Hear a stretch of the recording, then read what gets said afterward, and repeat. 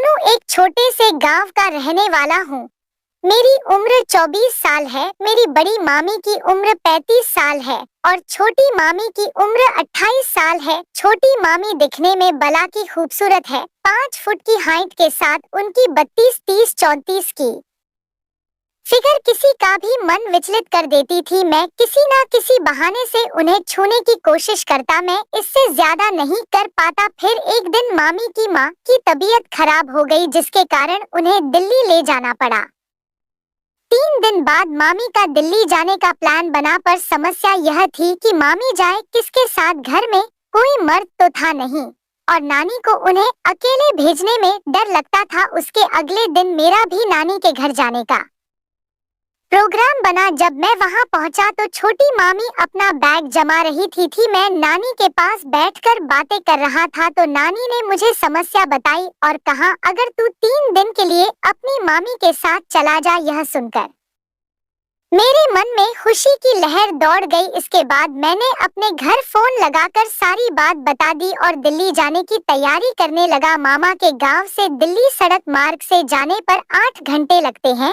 उधर से दिल्ली जाने का साधन बस है। मैंने शाम को स्लीपर बस में एक डबल बर्थ वाली स्लीपर बुक करवा दी। अगले दिन नानी और बड़ी मामी ने हमें विदा किया। हम दोनों स्टैंड पर बस के आने का इंतजार कर रहे थे। मैंने देखा कि मामी थोड़ी टेंशन में थी तो मैंने मामी के कंधे पर हाथ रखकर उन्हें भरोसा दिलाया। इतने में बस आ गई और मैं और मामी बस में आकर अपनी सीट ढूंढकर बैठ गए। हमारी स्लिप पर सबसे लास्ट में ऊपर वाली थी, जो मैंने जानबूझकर बुक की थी।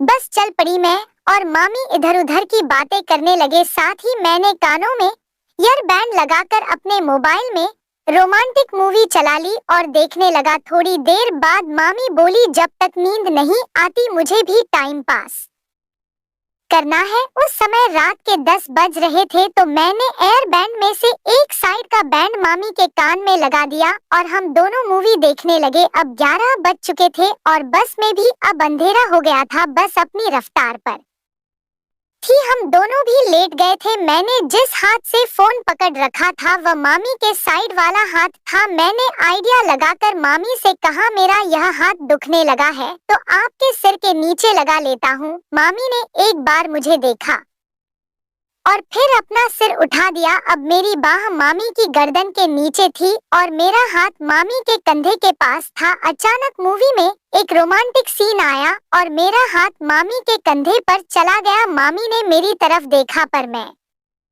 मूवी में ही नजरें जमाए रहा। किस का सीन चलते ही मैंने मामी के कंधे को थोड़ा दबाया और दबाते दबाते पीठ भी सहलाने लगा। मैंने देखा तो मामी ने अपनी आंखें बंद कर रखी थी और उनका हाथ मेरे पेट को छूना चाह रहा था, पर शम ने मामी को रोक रखा था। उन्होंने कहा, मुझे नींद आ रही है, मैं सो रही हूँ, तुम देखो मूवी। तो मैंने भी कहा, मुझे भी सोना ही है। मुझसे रहा नहीं गया और मेरा हाथ मामी के पेट पर जा पहुंचा। मामी ने साड़ी पहनी थी जिसमें उनका पेट भी खुला था। मामी के पेट को छूते ही मुझमें एक करंट सा दौड़ पड़ा और मामी को भी एक थोड़ी सी कंपी हुई। मैं मामी के पेट को धीरे धीरे सहलाने लगा। मामी की सांसें तेज तेज चलने लगी।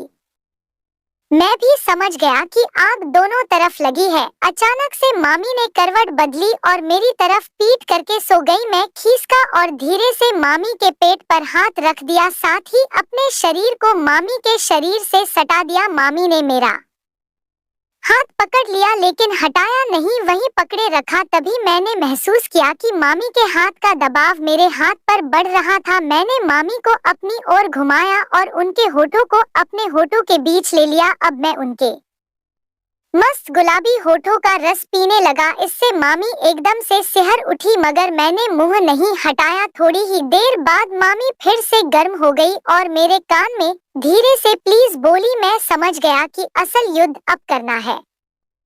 हमारी तेज तेज निकलती सांसें आपस में मिलती जा रही थी। करीब 24 मिनट तक हम दोनों के बीच उथल पुथल भरी जबरदस्त घमासान युद्ध चलता रहा। घमासान युद्ध के बाद मामी मेरे ऊपर ही निडल होकर पड़ी रही। इस घमासान के दौरान हमारे बीच कोई बातचीत नहीं हुई। मैं और मामी एक दूसरे की तरफ देखकर सिर्फ मुस्कुराते हुए वापस उसी अवस्था में लेट गए। हमने समय देखा तो रात के 1 बज रहे थे। मैं और मामी एक दूसरे की बाहों में ही सो गए।